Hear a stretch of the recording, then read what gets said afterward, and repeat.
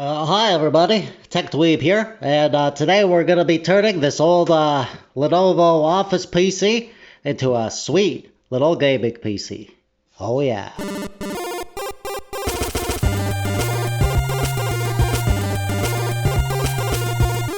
Okay, so this is the Lenovo 93p.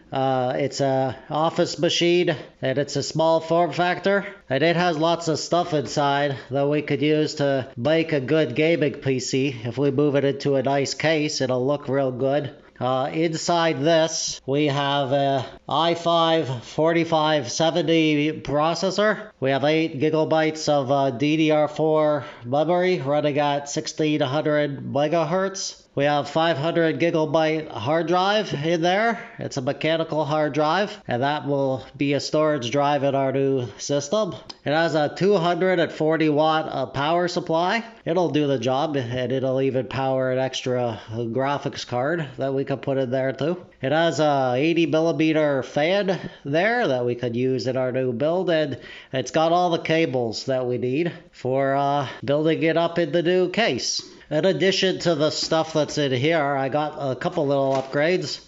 I got some extra RAM, so we can up this from 8 gigabytes into 16 gigabytes.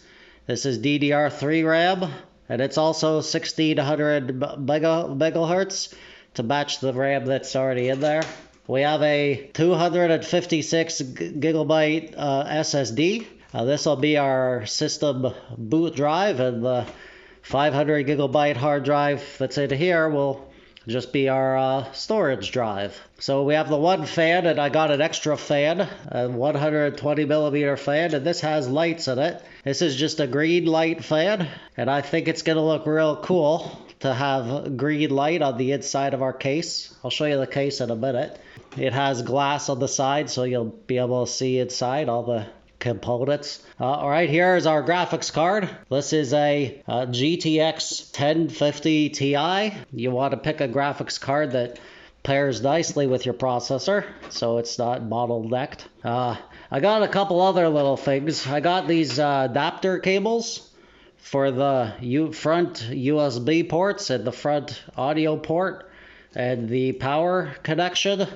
I just got these off AliExpress from China, but they'll make adapting the ports on the front of the new case possible. It'll be a lot easier. And also, I got some zip ties here and this little piece of metal, because this case, it has a weird way of mounting the power supply, and I'm going to show you a little trick that I thought up to get the power supply to mount in a way that'll make it look really good. Alright, so that's it. Oh, I guess what else you're going to need? You're going to need a screwdriver to take out the stuff and to put the screws in, and you know what a screwdriver is. Little snippies, and you'll need some pliers because you need to use them for taking out the I/O shield from the motherboard off of the case. Okay, so that's everything we need. So I'm going to show you the case, and then I'm going to speed ahead and take everything out of the PC, and then I'll show you all the different components that I got out of here, and then we'll build it up in the new case.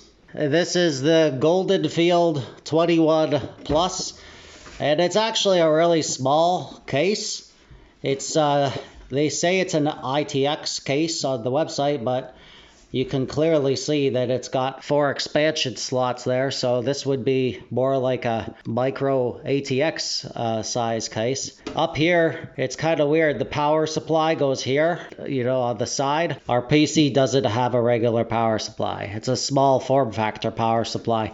So I have an idea of how I'm going to mount it in there in a kind of cool new way. It's a really nice case. It looks great. It's nice and small. You can't really tell on the camera, but it actually is really small. It's got brushed aluminum. That's the case we're going to be using.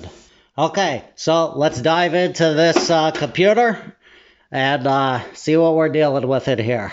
So I'll show you real quick before I take it all apart. This is what it looks like on the inside. This comes off. I don't know why they put that in there, to be honest. This is the processor, and the fan stays on there. We're just going to use the heat sink that's in the processor already. That's the i5-4570 processor. The RAM that's in there, luckily this computer came with dual channel RAM.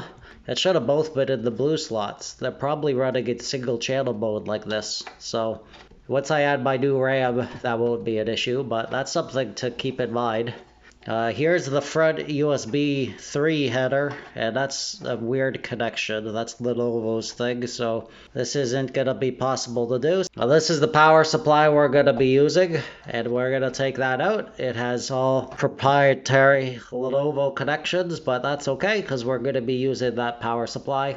Also, we're going to be using the front fan from in here. And there's also a little speaker. We'll move that over, because why not? Also, there's a thermal sensor, and it plugs in right there. We got to bring that over too, because if we didn't have the thermal sensor, then the computer wouldn't know what temperature it was, and it would just run the fans crazy fast the whole time. So luckily this computer came nice and clean. Oh, one more thing. We're gonna bring over the hard drive. There's a 500 gigabyte hard drive, and we'll take all the cables, all the SATA cables, the power cables, and we'll take the SATA cable, the power cable off the DVD drive to use with our new SSD drive in the new build. So we got everything ready to go, so I'm gonna take all this stuff out now. Hold on to your hats.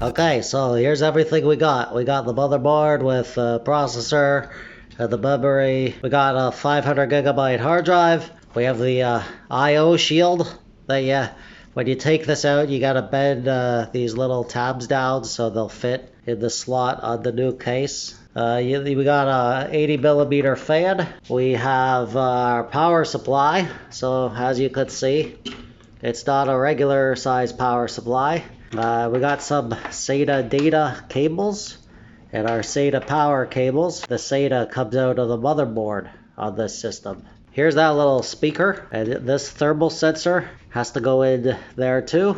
All this stuff combined with all that stuff should make us a pretty sweet little gaming PC. So let's get set up and start building in the new case, and we'll see you on the other side.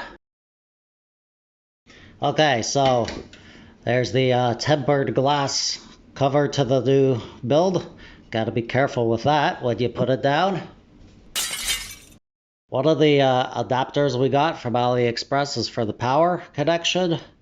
And our new case has the little power connection tabs. So I'm just going to connect that up right now. Just like that. And then that will plug into the motherboard in just the right spot. I'm going to start out with the power supply just to get that out of the way first. Alright, so the way this mounting mechanism works in this case is it has a bracket and your power supply connects to that and gets put in there. But this power supply doesn't have the same screw holes as a regular power supply.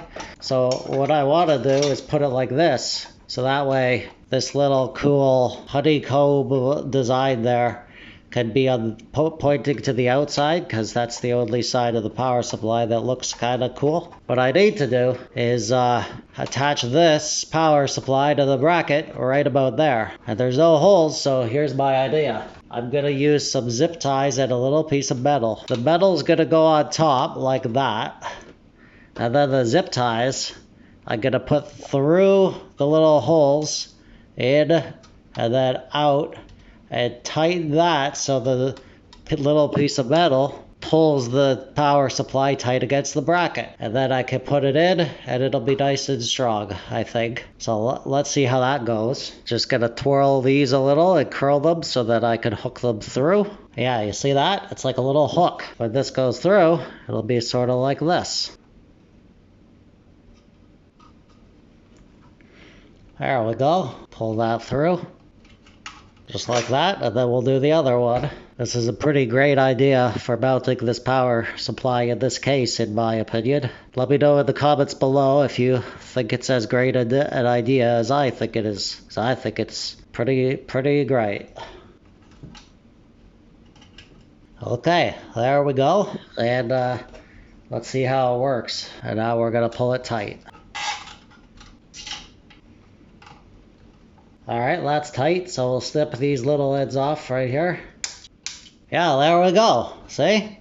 That's on there good. It doesn't even wiggle even a little bit, so that's nice and strong. Alright, let's put it in the new case then. Actually, before I put that in the case, I gotta put the motherboard in, because the motherboard kind of gets a little tucked behind it. And we gotta leave the space behind here to do kind of some cable management, because this case doesn't really have any cable management to speak of. So let's do that motherboard now. The first step to putting in a motherboard is putting in the I/O shield, because you can't do that once the motherboard is already in. Just bend these a little bit more.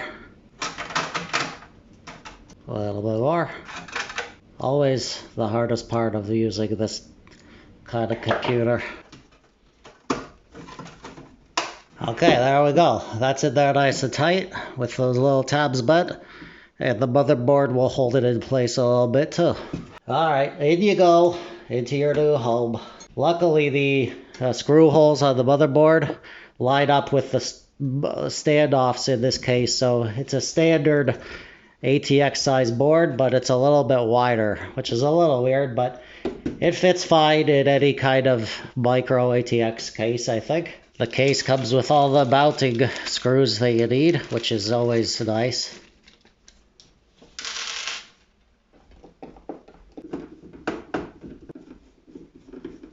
Okay, we got our motherboard mounted in there nice and strong. So let's plug in the power connections from our power supply. And then we can put our power supply in. Actually, I'm going to go ahead and put the RAM in the motherboard right now, just in case it gets a little tricky later on. We also need to do the SATA power cords, because they're going to be covered, and the thermal sensor too. Another thing we're going to have to plug in before the power supply goes in is the fan, because the cable for the fan has to go at the bottom of the motherboard, so I got to put it in now. Alright, we'll plug in the top power connector for the power supply. And now this is going to go into the case, now that I got all the important cords arranged where they need to be.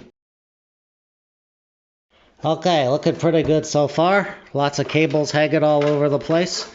But we're going to put in the rear fan, and screw in the top fan, and the hard drives get mounted on the bottom of the case in this case. The last step will be putting in that video card and making sure all the adapters are plugged into the right spot.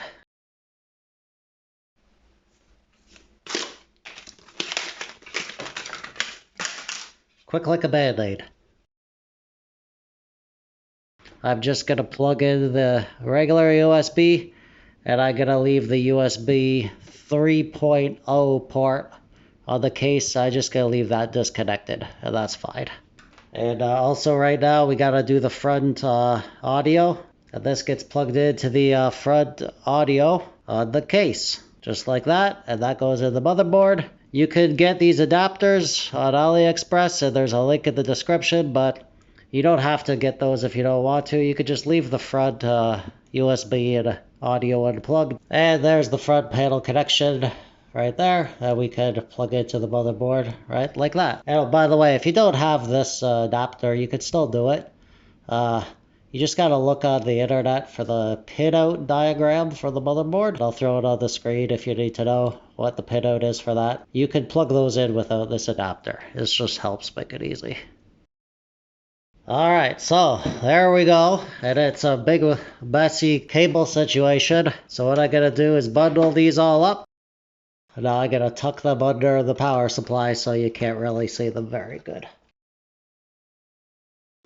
Okay, well there it is. Like I said, this case has basically no cable management, so I got most of the cables tucked up under there, and it looks pretty good. And when the light is shining down in here, it's going to illuminate this area. Now is the best part of the build. Now is when we get to put in the graphics card. Oh yeah.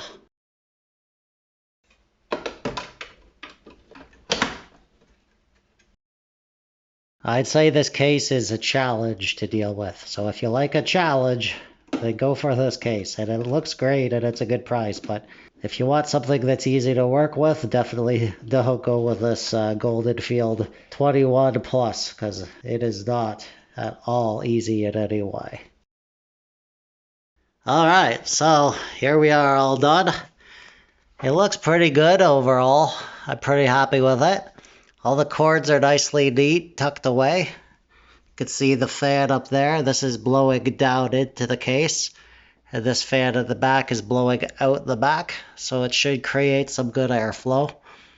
This 4-pin power connection, it looks ugly having it go across the motherboard, but there's not much you could do about it, to be honest. You could get like an adapter for that, I think, and if you really wanted to hide it. The rest of the cables are kind of tucked up under there. It's not too bad, considering this case doesn't have any cable management at all to speak of. We got our hard drive there with our system on it.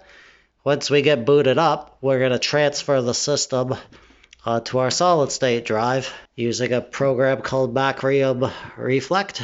And I'm going to link that in the description below. And there's our GTX 1050 Ti super clocked graphics card. Overall, looks pretty good and I'm happy with it. So now we got to fire it up, give everything a good test, transfer our system, install some games, and then we'll have ourselves a sweet little gaming PC that certainly looks a lot better than Lenovo Office PC. And it's got some pretty good specs on the inside too.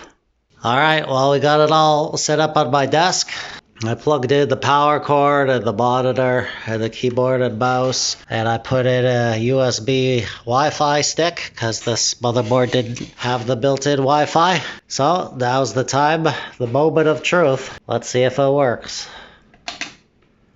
And there you go. The lights came on. That's a good start. It looks really good. Oh, there's the motherboard boot up screen.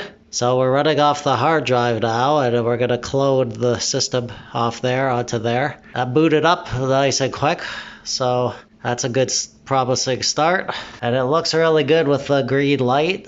You could see it has a really kind of matrixy, gamery vibe to it. And we gotta obviously install the graphics card drivers and update Windows and all that stuff. But first we're gonna clone this drive onto this one, and then we'll have our system running off the SSD, which will be much faster. Oh, one thing we want to do is test that front USB. Oh, sorry, Jake. And we'll see if it turns on. Yeah, the USB is powered, so the adapter worked, which is nice. I'll turn that off. Ow. All these little fans are deadly. So let's finish getting this all set up and we'll install some games and we'll check out the performance of this budget bad boy. Just real quick, I'm just going to show you what I used to clone my hard drive here. This is called Macrium Reflect Free, and it's free. So it's real easy. You just click on the hard drive up there that has your operating system partitions, and you select clone this disk. And you click select the disk to clone to, and there's my SSD showing up. Click on that. You got to bring over the partitions one at a time and leave the big partition to the very end. So you bring over the small one first, then you bring over the medium one, and then you bring over the big one. And then you click next, finish, and okay. And it's going to start the cloning. It's going to take a little while, and then when you're done, your operating system should be on your SSD too. You could set your SSD as the boot drive in your BIOS, and then after it's booting to the SSD, you could wipe the old mechanical hard drive clean and just use that as a storage drive. Oh, and I'll include a link to the Macrium Reflect free software in the description below if you need it. Okay, so I've Got ahead and installed all the drivers and some games and a benchmark here. By the way, the FPS you see on the screen is going to be a bit lower because of the recording software. It takes away a few frames per second. I'm going to put on the screen what the benchmarks are for each of these things without a recording too. Also, I'm running lots of these games off an external hard drive, so that adds some slight stutter in some of the games. So our first benchmark here is Unreal Valley. It's my favorite graphics card benchmark because it looks so pretty. We're going with the default settings, and this is 1080p. And the average FPS without recording on this one is 75 FPS, which is actually really impressive considering the specs and the price on this build. Okay, next up we're on Pinball FX3 just to show you what kind of performance you'll get in a kind of lower end game that isn't very demanding. And it's also one of my favorite games. I love pinball so much. This is 1080p with maxed out settings, and the average FPS without recording is 125 frames per second. And like I said, it looks choppy on the screen, and this video didn't work properly for some reason, but it looked smooth when I was playing it. Okay, next up we got Shadow of the Tomb Raider. We're running at 1080p, 75% resolution scale, which is actually like 900p with the normal settings, and even on normal it still looks really, really good. This is one of my favorite benchmark games because it's a modern game and it's well optimized with lots of graphics card options, and it looks great. It is one of my favorite games. It's so fun. If you haven't played this one, it's really, really beautiful and fun, and Lara Croft is really beautiful, so you know. The average FPS without recording on this one was 55 frames per second. And if you lower a couple of the settings or the resolution scale a little bit, you can get that up to over 60. I think with this game, since you play with a controller, being under 60 is totally fine. Even around like 40 FPS. At least you have the option with this game, and any settings you choose, it'll still look really good. Alright, moving on to everybody's favorite game to have a benchmark for graphics cards. This is GTA 5.